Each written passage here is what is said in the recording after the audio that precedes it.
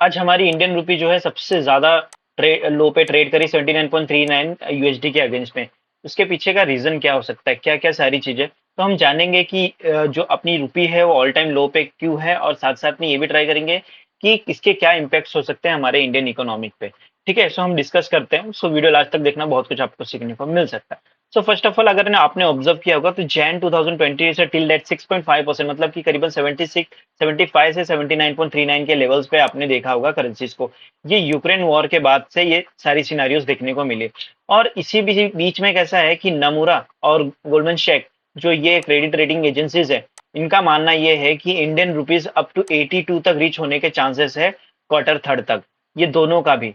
तो यहाँ ये तो 81 का बोलते हैं गोल्डमैन शेक्स, बट 82 रुपीज का टारगेट नोमरा देते हैं। तो ये जो क्रेडिट एजेंसी है, इनकी रेटिंग बहुत ही टॉप नॉच पे आती है। सो इसे इग्नोर नहीं कर सकते इस डेटा को। ठीक है, सो हम डिस्कस करेंगे इसी पे कि ये सारी चीजें क्यों हो रही है, उसकी क्या प्रिकॉशंस कर सकते हैं, और इसके इंडियन इकोनॉमी पे क्या इम्पैक्ट गिरने वाले हैं। सो फर्स्ट ऑफ ऑल हम जानेंगे इसके रीजंस क्या है। रीजन, सबसे पहली बात ये है कि आप देखोगे कि क्रूड ऑयल प्राइसेस बहुत बढ़ रही है। और सबसे बड़ा रीजन यही है क्योंकि क्योंकि हम इंडियन जो है क्रूड ऑयल पे बहुत ज्यादा डिपेंड है। करीबन 80% का जो है हम इंपोर्ट करते हैं करीबन क्रूड ऑयल और कोल। तो इसकी वजह से आप देख सकते हो कि और दूसरी बात ये है कि डॉलर जो है ओवरसीज बहुत ज्यादा स्ट्रांग होता जा रहा है। उसके पीछे का रीजन ये है, जो यूएस कंट्री है अपने मॉनेटरी पॉलिसी को बहुत एग्रेसिव तरीके से हैंडल कर रही है, अच्छे तरीके से इंटरेस्ट रेट्स भी दे रही है, जिसकी वजह से लोग क्या हो रहे हैं कि अपनी कैपिटल जो है रिस्की कैपिटल निकाल रहे हैं। जो हमारी जो इंडियन एक किस्म से एक रिस्की ट्रेड मानी जाती है, वहां से वो अपनी कैपिटल्स निकाल के फिक्स इनकम में डाल रहे हैं, ताकि जिसके वजह से उनको जो है इंटरेस्ट काफी ज्यादा मिले और रिस्क भी कम रहे। सो जब कैपिटल आउटफ्लो होगा, सो दैट मीन्स कि हमारी जो करेंसीज है वो उनकी जो करेंसीज है वो वापस अपने उन्होंने ले ली, तो दैट मीन्स कि रिजर्व्स हमारी कम हो गई। सो उसी पे डिस्कस करेंगे डिटेल में कि ये कैसे सारी चीजें इम्पैक्ट करती है। फर्स्ट ऑफ ऑल हम ये डिस्कस करेंगे कि रुपये का सबसे ज्यादा इम्पैक्ट इन्फ्लेशन पे पड़ता है। उसके पीछे का रीजन, जैसे कि मैंने आपको बताया, 80% क्रूड ऑयल इंपोर्टर है। इसके वजह से क्या होता है कि आपका जैसे कि यूएस डॉलर बढ़ गया है, ठीक है, इंपोर्टर को सबसे ज्यादा बैक पेन क्या होता है, क्योंकि करेंसी जो है डेप्रिशिएट हो जाती है, जिसकी वजह से करेंसी की वैल्यू कम हो जाती है फॉर इंपोर्टर कंट्री। जिसके वजह से क्या होता है कि आपको उस चीजों के लिए एक्स्ट्रा पैसा देना पड़ता है because of depreciation of company. तो जिससे क्या होता है, इंपोर्टर को काफी ज्यादा प्रॉब्लम होती है। और इंडिया एक सबसे बड़ा इंपोर्टर है अभी भी देखा जाए तो, डेट इंपोर्टर है। ये बहुत ही बैड न्यूज़ है अगर रुपीस डेप्रिशिएट हो रहा है हमारे लिए, क्योंकि हमारे को बहुत ज्यादा कॉस्ट देना पड़ रहा है। क्योंकि हम देखा जाए तो हम सारी चीजें डील जो है यूएस डॉलर्स में करते हैं। तो इससे क्या होगा कि अगर यूएस डॉलर के अगेंस्ट में हमारी, क्योंकि क्रूड ऑयल और कोल का जो पेमेंट करना होता है वो यूएस डॉलर में करना होता है। अगर यूएस डॉलर की वैल्यू ज्यादा है, सो दैट मीन्स कि हमें ज्यादा पे करना पड़ेगा, हमारे जेब से ज्यादा जाएगा। और जिस वजह से हम कहीं ना कहीं इनडायरेक्ट वे में इन्फ्लेशन को इंपोर्ट कर रहे हैं। क्यों? क्योंकि हम महंगे में खरीद रहे हैं। अब महंगे में खरीद रहे हैं तो महंगे में डोमेस्टिक कंट्री में बेचेंगे। सो जिसके वजह से क्या होगा कि सारी चीजें जो है एक्सपेंसेस काफी ज्यादा हाई हो जाएंगे। जिससे क्या होगा कि सारे हाउस होल्ड एक्सपेंसेस है, जैसे गैस हो गए, फिर आपके सिलेंडर्स हो गए, ये सारी चीजें, मतलब कि कैपिटल जो फूड्स वगैरह हो गए, सारे पे सारे एक्सपेंसेस काफी ज्यादा बढ़ जाएंगे, जिसकी वजह से जो है मॉनेटरी वैल्यू बहुत कम हो जाएगी डोमेस्टिक कंट्री में। तो यही चीज है कि इन्फ्लेशन जो है, रुपी का अगर डिप्रिशिएशन होना इन्फ्लेशन पे बहुत ज्यादा इम्पैक्ट करता है, क्योंकि हम लोग नेट इंपोर्टर हैं। अगर नेट एक्सपोर्टर होते तो कुछ हद तक सिनारियो अलग होता डेप्रिशिएट होने के। जैसे चाइना इसका फायदा उठाता है डेप्रिशिएशन में, बट इंडिया नहीं उठा सकता डेप्रिशिएशन होने के। ठीक है, सो उसके बाद मैं आपको बता दूं कि इसका इम्पैक्ट ग्लोबल बिजनेस, वो तो मैंने आपको बता दिया कि चलो इसके क्या नॉर्मल इम्पैक्ट पड़, मतलब कि इन्फ्लेशन पे क्या इम्पैक्ट पड़ते हैं।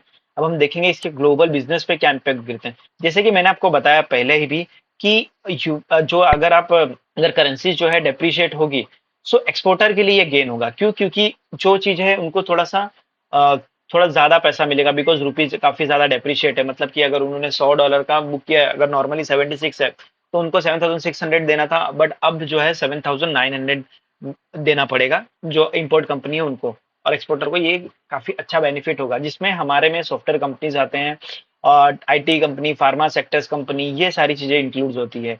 बट जैसे कि मैंने आपको बताया कि इंडियन एक नेट इंपोर्टर है, तो इसके लेस वैल्यू है। बिकॉज अगर मैं आपको बता दूं, 100 रुपए का बजट है, जिसमें से अब देखा जाए तो 60 रुपीज का जो है हम बाय करते हैं और जो है 40 रुपीज का सेल करते हैं। दैट मीन कि फिर भी आप 20 रुपीज नेट लॉसेस में चल रहे हो।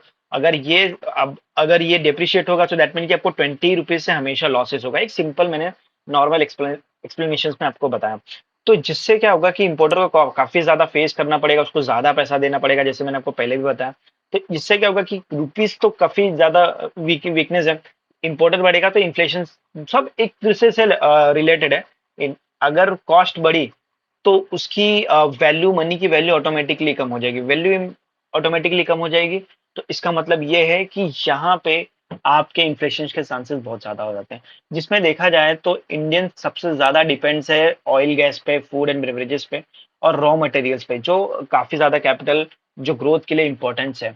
तो ये सारी चीजें अगर इंपोर्ट करें, और महंगी जैसे मोबाइल्स हो गए, ये सारी चीजें जो है एक्सपोर्ट इंपोर्ट करने वाली चीजें, तो ये सारी महंगी हो जाएगी। तो जिससे क्या होगा कि हमारे को बहुत ज्यादा हार्म होगा net as a net importer. ठीक है, फिर इसके बाद मैं आपको बता दूं कि करंट अकाउंट डेफिसिट्स, ये करंट अकाउंट डेफिसिट्स क्या होता है कि जैसे कि मैं आपको बता दूं कि आपके पास 100 रुपया कमाने को है, 120 रुपया खर्चा करने को है। तो दैट मीन्स कि 20 रुपया आप कहाँ से पे करोगे?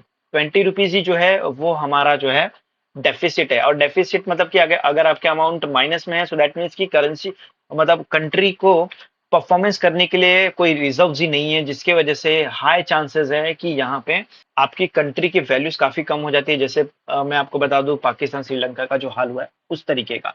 सो रिजर्व बहुत जरूरी है, इस चीज को मेंटेन रखना बहुत जरूरी है। इसके लिए अगर करेंसी डेप्रिशिएट होगा बहुत प्रॉब्लमेटिक है, वो मैं आपको बताऊंगा, डिस्कस करूंगा आगे। उसमें से सबसे बड़ा रीजन ये है कि कंटिन्यूसली एफआई का आउटफ्लो। अब एफआई का फुल फॉर्म जो होता है हमारा फॉरेन पोर्टफोलियो इन्वेस्टमेंट्स, इन्वेस्टर्स होते हैं जो फॉरेन से होते हैं। तो ये चीजें जो है उनका कंटिन्यूसली आउटफ्लो है, और साथ साथ में आरबीआई इंटरवेंशन कर रही है ताकि अपनी करेंसीज को जो है डेप्रिशिएट ना होए। बट यहाँ पे इनका फॉरेक्स रिजर्व यूज होता है, तो यही डिस्कस करेंगे थोड़े से आगे में कि ये इसके क्या इम्पैक्ट्स है। सो फर्स्ट ऑफ ऑल मैं आपको बता दूं, जियो पॉलिटिकल टेंशन की वजह से और स्ट्रेंथिंग डॉलर इंडेक्स की वजह से क्या हो रहा है कि जो फॉरेन पोर्टफोलियो इन्वेस्टर्स है ये अपने मनी को कंटिन्यूसली विड्रॉ कर रहे हैं इंडियन मार्केट से। अगर मैं आपको डेटा की बात करूं, सिर्फ कैलेंडर ईयर मतलब जैन से लेके जून तक के डेटाज में 23 बिलियन का इन्होंने सेलिंग करके लेके गए हैं, और जिसमें से इन्होंने 21 की बाइंग थी। सो दैट मीन्स की $2 तो एक्स्ट्रा इन्होंने हमारे यहाँ से, $2 बिलियन इन्होंने एक्स्ट्रा हमारे यहाँ से लेके गए। तो ये हमारा जो है आउटफ्लो $2 बिलियन, एक तो ऑलरेडी 21 तो उन्होंने विड्रॉ कर लिया, ऊपर से $2 वहां से हमारे भी गए। सो ये सारी चीजों के वजह से क्या होता है, जब आउटफ्लोज बढ़ जाते हैं तो मतलब कि यूएसडी की डिमांड की वजह से हमारा जो है, अगर डिमांड जिसकी ज्यादा है अफकोर्स सी बात है उसकी वैल्यू काफी ज्यादा बढ़ जाती है। यूएसडी के डिमांड की वजह से हमारा जो है आईएनआर वीक होने लगता है इस वजह से। और दूसरी बात जो है मैं आपको बता दूं, हमारी जो आरबीआई है ये एक बहुत अच्छा काम कर रहा है कि करेंसीज को जो है डेप्रिशिएट नहीं होने दे रहा है। बट ये तो बहुत शॉर्ट टर्म वाली बेनिफिट हो गया, लॉन्ग टर्म में नहीं इसकी बेनिफिट्स है। बिकॉज मैं आपको बता दूं, क्योंकि डोमेस्टिक कंट्री को अप्रिशिएट करने के लिए आपको हमारा फॉरेक्स रिजर्व यूज करना पड़ता है आरबीआई को। मैं आपको बात करूं 25 फेब से लेके 17 जून 2022 में, खाली सिर्फ ये 5 महीने में यहाँ पे करीबन आप देखोगे कि $631 बिलियन से कम होके $590 होगा। इसके पीछे का रीजन ये है कि इंटरवेंशन बहुत ज्यादा एग्रेसिव तरीके से है, किसी भी हालत में करेंसीज को डेप्रिशिएट करने नहीं देना। ये एक अच्छी बात है, बट हमारा रिजर्व भी यूज हो रहा है, तो जिसके वजह से जो है हमें काफी ज्यादा शॉर्ट टर्म्स में ठीक है रिलीफ है, लेकिन लॉन्ग टर्म्स में काफी ज्यादा ये प्रॉब्लमेटिक है। बिकॉज फॉरेक्स रिजर्व हमारे पास रहना बहुत जरूरी है, इसका यूजफुल बहुत सारी चीजों में होती है। सो अब मैन्युअली, मतलब ये आप ये समझ लो कि आप इसको मैन्युअली कंट्रोल कर रहे हो, ये लॉजिकली जो है फंडामेंटली कोई कंट्रोल नहीं हो रहा है। तो ये हमारे लिए लॉन्ग टर्म में प्रॉब्लमेटिक हो सकती है, बट अदरवाइज शॉर्ट टर्म्स में ये राइट डिसीजन है। अगर मैं आपको बताऊं इनके अलावा आपकी जो फॉरेन एजुकेशन है, फॉरेन ट्रिप्स है, ये सारी चीजें जो है बहुत महंगी हो जाएगी। बिकॉज आपको सारे, क्योंकि हमारा इंडियन जो है most of the time US में पेमेंट करता है, यूएस डॉलर में। सो जिसके वजह से क्या होगा कि अगर अपनी डोमेस्टिक कंट्री की रुपीस वीक है, तो जिससे क्या होगा कि हमारे को एक्सपेंसेस बहुत ज्यादा पे करना पड़ेगा। तो ये होगा कि हमारे को एजुकेशन काफी ज्यादा महंगी हो जाएगी, जो बहुत सारे लोग जो है क्वालिटेटिव एजुकेशन के लिए नहीं जा पाएंगे फॉरेन में। तो ये एक प्रॉब्लमेटिक्स है, और ये थोड़ा सा इसके लिए हमारे जो करेंसीज को थोड़ा सा स्ट्रेंथ होना बहुत जरूरी है। बट मैं आपको ओवरऑल बात बताऊं कि इसकी पिक्चर क्या है, हमारी इंडियन करेंसीज की पिक्चर्स कुछ इस तरीके की है।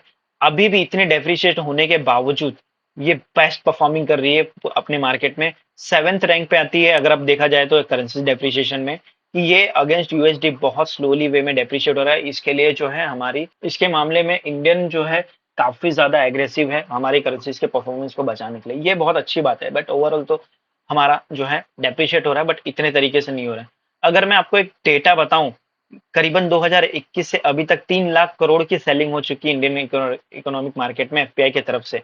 बट फिर भी रुपीस ने बहुत ही खूबसूरत तरीके से अपने आप को मेंटेन करके रखा है। उसके पीछे का रीजन ये है कि high forex reserve, thanks to RBI, की इनके पास काफी अच्छा फॉरेक्स रिजर्व है, जिसके वजह से हमारे को कुछ हद तक रिलीफ मिल रहा है। बट फिर भी प्रिकॉशंस वाली बात यह है कि ये करेंसीज 82 तक जा सकता है। खूबसूरत जो मैं आपको एक्सप्लेन कर रहा था एकदम सिंपल वे में। अगर आपको वीडियो अच्छी लगी तो लाइक करिए, अगर आप नए हो तो प्लीज सब्सक्राइब करिए, ताकि आपको ऐसे ही रिसर्चेबल टॉपिक्स आपको सजेस्ट होते रहें, ताकि आप जो है हमेशा अपडेट रहे मार्केट को लेके। सो वीडियो को हम यही समाप्त करते हैं और मिलते हैं नेक्स्ट अच्छे कॉन्सेप्ट के साथ में नेक्स्ट वीक। धन्यवाद।